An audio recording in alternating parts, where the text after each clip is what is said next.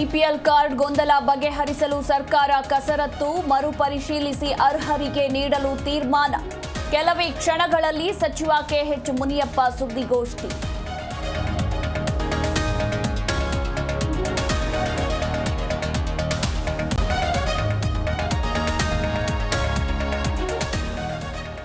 HDK ಕೊಡುಗೆ ಏನು ಎಂದಿದ್ದ ಡಿಕೆಶಿಗೆ JDS ತಿರುಗೇಟು. ಸಿಎಂ ಆಗಿ ನೀಡಿರುವ ಕೊಡುಗೆಗಳ ಬಗ್ಗೆ ಪೋಸ್ಟ್ ಮಾಡಿ ಟಾಂಗ್.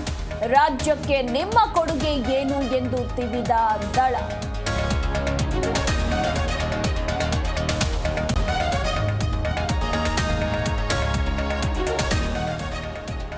ಕಿಲ್ಲಿಂಗ್ ಸ್ಟಾರ್ ದರ್ಶನ್ಗೆ ಮತ್ತೊಂದು ಬಿಗ್ ಶಾಕ್. ರೇಣುಕಾಸ್ವಾಮಿ ಕೊಲೆ ಕೇಸ್ನಲ್ಲಿ 2ನೇ ಚಾರ್ಜ್ ಶೀಟ್ ಸಿದ್ಧ. ಇಂದು ಸಂಜೆ ಅಥವಾ ನಾಳೆ ನ್ಯಾಯಾಲಯಕ್ಕೆ ಸಲ್ಲಿಕೆ ಸಾಧ್ಯತೆ.